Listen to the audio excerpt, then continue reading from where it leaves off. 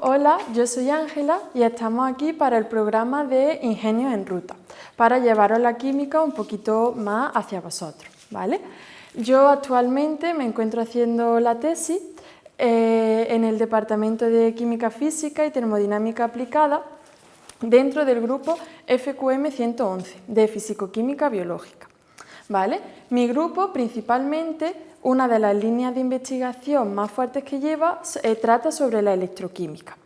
Y la electroquímica parece algo así de primera muy complicado, pero para nada. Lo que sí tenemos que tener muy claro son las reacciones redox, ¿vale?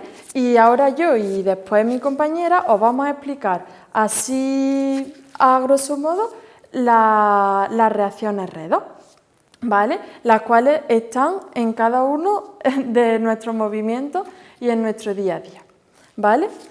¿En qué se basan las reacciones redox? Vale.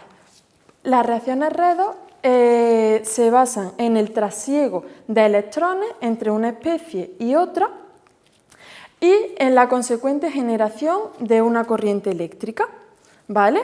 Es tan fácil como eso. Tenemos una especie que se le denomina reducida, la cual tiene muchos electrones en su estructura, la cual puede ceder esos electrones a otra especie oxidada.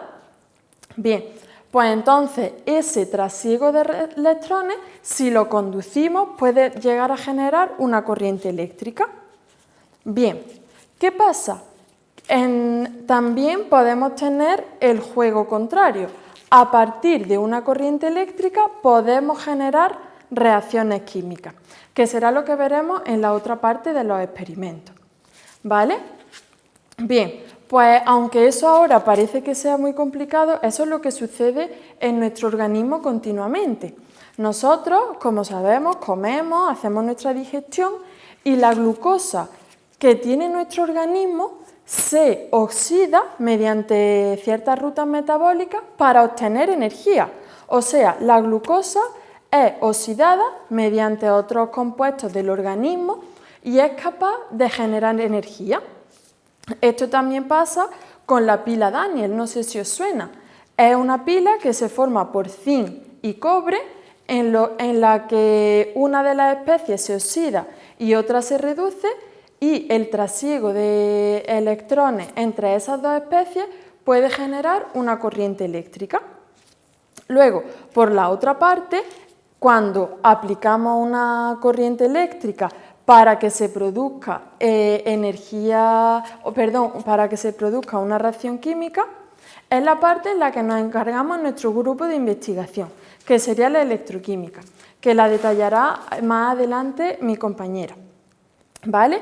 Bueno, ahora yo me voy a encargar de hacer un experimento para que veáis lo interesante que puede ser las reacciones redox espontáneas. Las reacciones redox espontáneas, ¿cuáles son? En las que espontáneamente una especie reducida le da electrones a una especie oxidada y se produce una reacción química sin ayuda de un aporte de energía eléctrica. Vale, pues el experimento que vamos a hacer se llama convertir el vino en agua, ¿vale? Lo que nosotros vamos a tener como vino, por su color morado, va a ser el permanganato de potasio, ¿vale? El permanganato de potasio tiene, en su máximo estado de oxidación, tiene este color tan característico, que se asemeja al vino, ¿vale? Entonces voy a echar un poquito en este tubo de ensayo para que veamos el color que tiene, ¿vale? Es un color bastante bonito. Este va a ser nuestra referencia, que será el vino. Ahora voy a echar un poquito de permanganato de potasio en este tubo de ensayo y lo vamos a transformar, como hemos dicho, en agua, ¿vale? Espero que se vea bien. ¿Cómo lo vamos a transformar en agua? Pues con tiosulfato de sodio. El tiosulfato de sodio es una especie reductora la cual va a reducir el permanganato hacia manganeso 2, que es una sal del manganeso, la cual tiene color incoloro. Entonces, nosotros que inicialmente tenemos este color vino, al añadir el tiosulfato de sodio se produce una reacción redox, la cual hace que pierda su color. Por tanto, hemos transformado el vino que teníamos inicialmente en agua.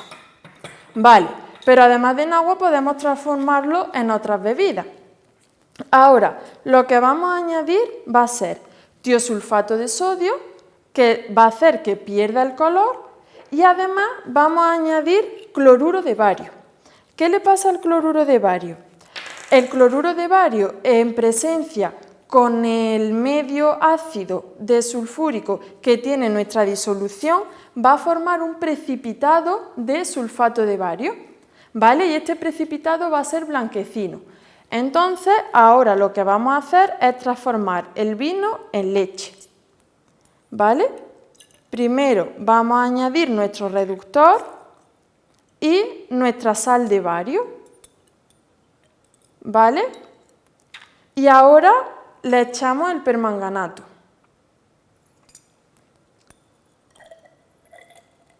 Al caer el permanganato directamente reacciona con el tiosulfato de sodio y pierde el color instantáneamente.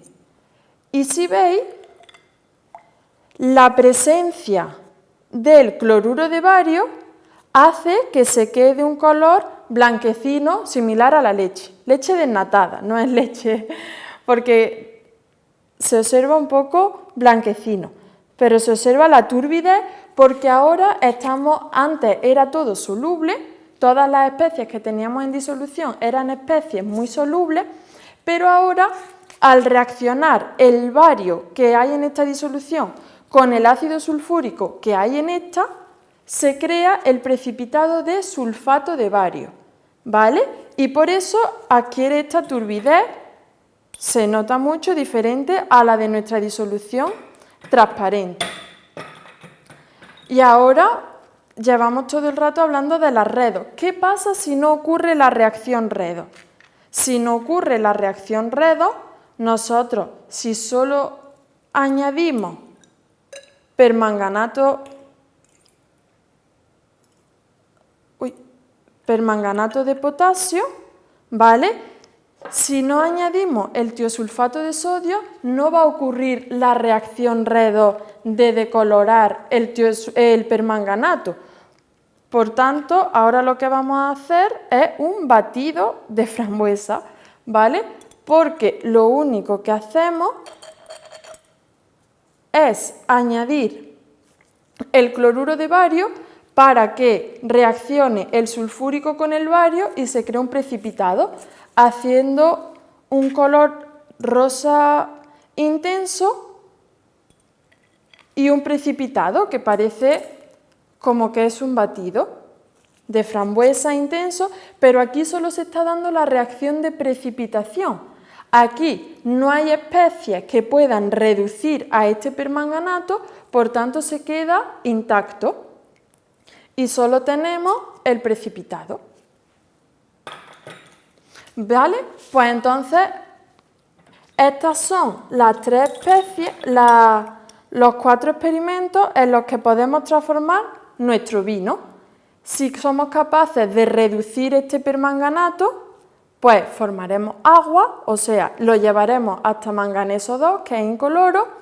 Si además de esa reacción añadimos una sal que sea insoluble, haremos que aparezca cierta turbidez, convirtiéndolo en leche. Y si solo tenemos la turbidez, pero no somos capaces de tener la reacción que le quite el color a nuestro permanganato, pues tendremos el batido de fresa. Bueno, pues esto que yo he comentado ahora son reacciones espontáneas. Como hemos visto, en cuanto tocaba la disolución con la disolución, se producía. Si esto somos capaces de aislarlo, ese trasiego de electrones podemos conducirlo y hacer que se genere una corriente eléctrica, ¿vale? Pues bueno, ahora lo que vamos a ver es cómo aplicando una corriente eléctrica vamos a producir una reacción redox, que se encargará mi compañera. Bien, pues como ha estado contando Ángela hasta hace un segundo, yo soy Miriam y voy a seguir trabajando un poco sobre las reacciones redox. Ángela nos ha contado cómo, aprovechando la propia naturaleza de diferentes metales y su estado de oxidación, hemos visto cómo es posible llevar a cabo reacciones redox espontáneas muy vistosas. ¿De acuerdo? Pero esto en la naturaleza no es siempre así, sino que hay otro tipo de reacciones que no suceden porque sí, por decirlo de alguna manera, sino que necesitan de un pequeño estímulo o apoyo externo que les suministremos nosotros, bien sea en forma de electricidad, calor o mediante algún tipo de radiación. En nuestro grupo, como ha comentado Ángela, trabajamos mucho con la electroquímica y este es el ejemplo que vamos a ver. Vamos a utilizar electricidad, corriente eléctrica, para llevar a cabo reacciones que por sí mismas no tienen lugar. Es lo que se denomina comúnmente reacciones de electrólisis. Por decirlo de una manera muy sencilla, la electrólisis no es otra cosa que dividir los compuestos que conforman una sustancia en sus elementos de forma individual. Ejemplo muy típico lo tenemos en la electrólisis del agua. Como todos sabemos, el agua H2O está compuesta por hidrógeno y oxígeno. Llevando a cabo la reacción de electrólisis del agua, dividimos la molécula de agua en sus elementos que son hidrógeno y oxígeno. Reacciones de electrólisis tenemos muchísimas y es una técnica o un tipo de fenómeno que sucede en nuestro entorno con mucha más frecuencia de la que podemos pensar a priori. En la industria, por ejemplo, industria del automóvil, naval, todo lo que tiene que ver con medios de transporte, se usa mucho la electrólisis no solo para dar un valor añadido a los productos, como puede ser esas pinturas tan bonitas y tan brillantes que vemos en los coches, sino también para proteger, en el caso de coches, barcos o aviones, de la corrosión agresiva que tienen frente a factores externos. Otro ejemplo muy común en todo lo que es mecánica y electrónica, los chips, cada vez más la nueva tecnología, lleva incorporado procesos de electrólisis para conseguir recubrimientos mejores, más eficaces y mucho más baratos en ese tipo de sistemas electrónicos. Y el gran ejemplo, que es el que vamos a tratar ahora en profundidad, es el uso que damos de la electrólisis en todo lo que es la joyería. Seguro que todos conocemos la bisutería y sabemos la diferencia entre bisutería y joyería. Una joya está compuesta por el propio metal en sí y la bisutería es lo que solemos usar comúnmente, que su núcleo o su mayor cantidad de componentes es un metal relativamente barato, como puede ser aluminio o una aleación de metales, y sobre este metal relativamente barato se recubre con una capa de un metal mucho más caro, como puede ser el oro, la plata, platino o cualquier metal mucho más vistoso. ¿Con esto qué se consigue? Con un precio muy económico, conseguir una joya cuya apariencia es de oro o plata, pero que realmente esa cantidad de oro o plata es muy baja. ¿Vale? Esto es un proceso concreto de electrólisis que químicamente llamamos electrodeposición. En el caso de la electrodeposición de cobre, sabemos que el cobre no tiene mucho valor, pero es un metal muy usado en la industria. Y eso es lo que vamos a ver aquí ahora mismo in situ. Es un experimento muy sencillo que, aunque no es la finalidad quizá de Ingenios en Ruta, podéis llevarlo a cabo en el taller del instituto porque se usan materiales bastante corrientes. Antes hemos visto los materiales y ahora os los presento quizá un poco en mayor profundidad. Tenemos una disolución de sulfato de cobre, láminas de cobre, ¿vale?, que son las que vamos a usar para llevar a cabo la electrodeposición, y un objeto metálico corriente que tengamos en casa o en el instituto o el que queramos recubrir para darle ese valor añadido. El único requisito que se le pide al objeto que vayamos a usar es que sea conductor. En nuestro caso vamos a usar clips. Fuente de corriente, necesitamos una batería, ¿vale? En nuestro caso vamos a usar una pila, se podría hacer también pues, con cualquier tipo de batería o incluso corriente eléctrica. Y los cables para establecer las conexiones. Como hemos visto anteriormente, las reacciones redox, una especie se oxida, otra se reduce, y en este caso de la electrodeposición, ¿qué es lo que vamos a hacer? Nuestra lámina de cobre metálico, presenta estado de oxidación 0, y lo vamos a pasar a cobre 2+, ¿vale? Por tanto, vamos a oxidarlo. Ese cobre oxidado va a pasar a una disolución acuosa, cobre 2+, y en el otro extremo de la pila, que va a ser el ánodo, se va a producir la reducción. El cobre 2+ va a pasar a cobre 0 y se va a crear una capa sobre nuestro objeto a recubrir, que es el clip. Por tanto, el cobre, que es el sobre el cual se va a producir la oxidación, lo conectamos al polo positivo de la pila.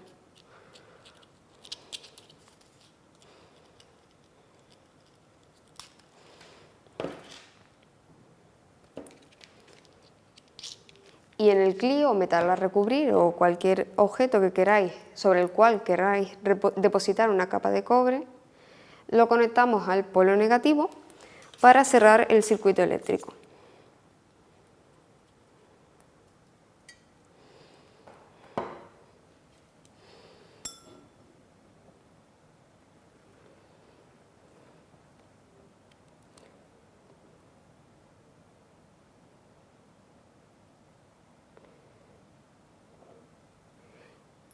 Si os fijáis, quizá no se pueda ver, pero antes de hacer lo que os acabo de comentar, estoy haciendo el proceso inverso y se están produciendo burbujas sobre la superficie del objeto que quiero recubrir. ¿Para qué hago esto? Es un proceso previo de electrólisis del agua y de limpieza de esa superficie metálica que quiero recubrir posteriormente con el cobre.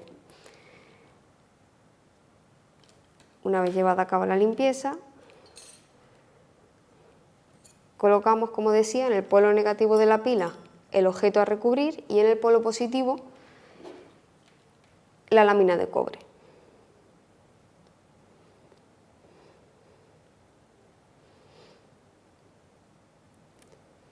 Simplemente con unos segundos conseguimos el objetivo que deseamos, y es que vemos cómo nuestro clip o nuestro objeto metálico a recubrir adquiere rápidamente un tono negruzco grisáceo que realmente es una capa de cobre que se ha depositado sobre el mismo. Y la lámina de cobre, si la observamos más de cerca, vemos cómo ha perdido esa homogeneidad inicial, que lo que ha pasado es que parte del cobre metálico ha pasado a la disolución y de la disolución se ha depositado sobre el objeto a recubrir. Bien, realmente hemos hecho una reacción redox en la que hemos pasado el cobre que teníamos en nuestra lámina a la disolución de sulfato de cobre y luego posteriormente lo hemos vuelto a depositar sobre la superficie del clip. Entonces realmente la reacción neta que hemos estado visualizando es una reacción cerrada, no hay un intercambio neto de diferentes metales. Bien, pues este es un ejemplo clásico típico de cómo funcionaría un proceso de electrodeposición. Y hasta aquí esta parte del experimento. Bien, pues ahora para acabar ya este pequeño taller de ingenios en ruta, os voy a contar un poco cómo utilizamos nosotros estos fundamentos que tanto Ángela como yo nos hemos venido explicando de electroquímica en una investigación en un grupo de trabajo. Nosotros pertenecemos al grupo FQM 111, Físico-Química Biológica de la Universidad de Córdoba, concretamente del Departamento de Química Física y Termodinámica Aplicada.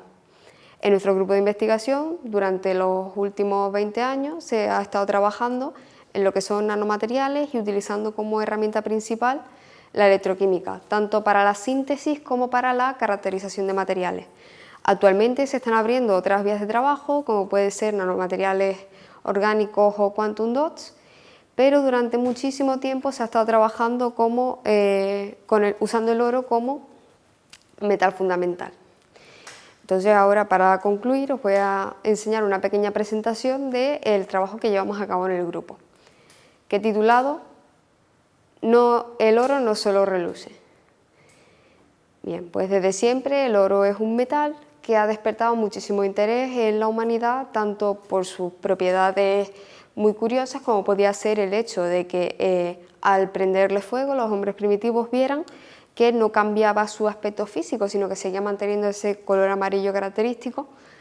Y destaca también porque es un elemento que en la naturaleza se encuentra en estado casi puro. Esto no suele suceder mucho con los metales y el oro es uno de los metales que presentan esa propiedad.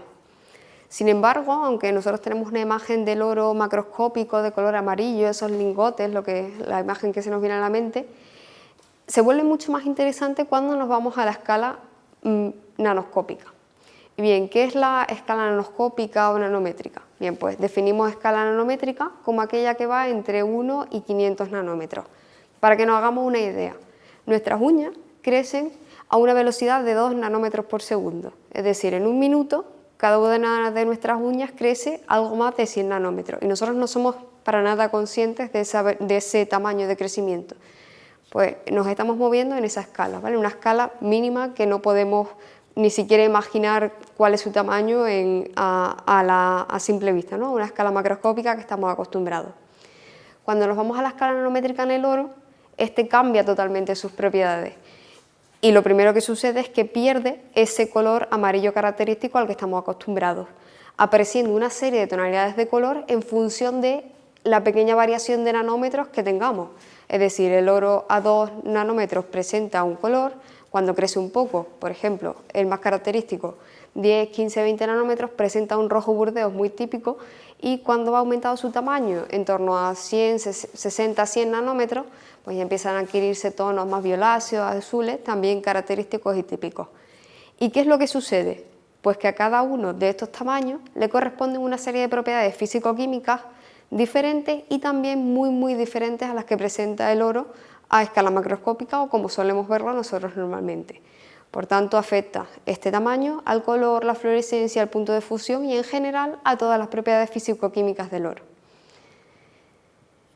¿A qué se debe en particular o principalmente este cambio? Pues podemos achacarlo al número de átomos que quedan sobre la superficie de una nanopartícula de oro. El oro macroscópico, si nos hacemos una idea, la mayor parte de los átomos están en el interior. De hecho, más del 99,9% de los átomos son internos, es decir, no están en contacto con la superficie. Sin embargo, cuanto más bajamos en la escala nanométrica, más pequeñas son las nanopartículas de oro y por tanto hay un mayor número de átomos de oro que quedan en la superficie. Es decir, aumenta el número de átomos en contacto con la superficie. Y esa es precisamente la clave de las propiedades particulares, no solo del color que presenta el oro. Este fenómeno en la nanoscala es el que origina, como he comentado, el color de los diferentes tamaños de la nanopartícula y se debe en concreto a un fenómeno conocido como SPR o fenómeno del plasmón de resonancia superficial. Bien, este fenómeno lo que nos indica es que cuando tenemos partículas de oro tan pequeñas, hay una nube, por explicarlo de una manera ligeramente simplificada, una nube de electrones que componen los átomos superficiales, oscila de forma conjunta y cuando la luz incide sobre él se comporta de una determinada manera. En concreto, lo que sucede es que esta oscilación se potencia a una determinada longitud de onda, lo que quiere decir que entran en resonancia, produciéndose una gran absorción de luz y apareciendo como resultado el color que no se ha absorbido por parte de esa nube de electrones. ¿Esto qué hace? Que aparezcan nanopartículas que tengan diferentes colores, en el caso de ser esféricas, pero en el caso de partículas que presenten diferentes formas, la nube de electrones se coloca de una forma también particular y puede hacer que la variación de la forma de las nanopartículas nos lleven a aparecer también diferentes colores, influyendo por tanto no solo el tamaño, sino también la estructura y la forma de las partículas.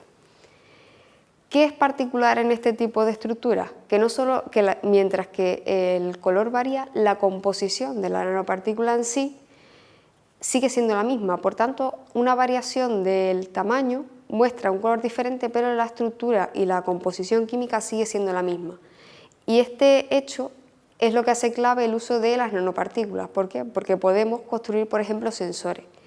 ¿Qué ocurre si el cambio de tamaño que se produce se debe a la presencia o ausencia de una determinada sustancia? Pues que tenemos un sensor que puede responder al cambio de color que experimente o no la presencia de esa sustancia.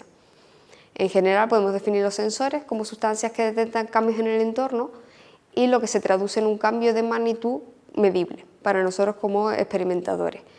En este caso, en el caso de las partículas, el cambio implicaría un cambio en el tamaño de las partículas.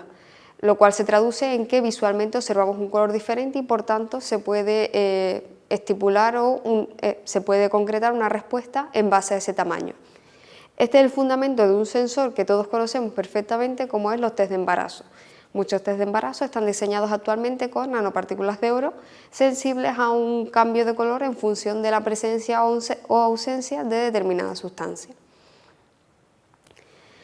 Bien, pues para finalizar os dejo el link a 2 vídeos de YouTube.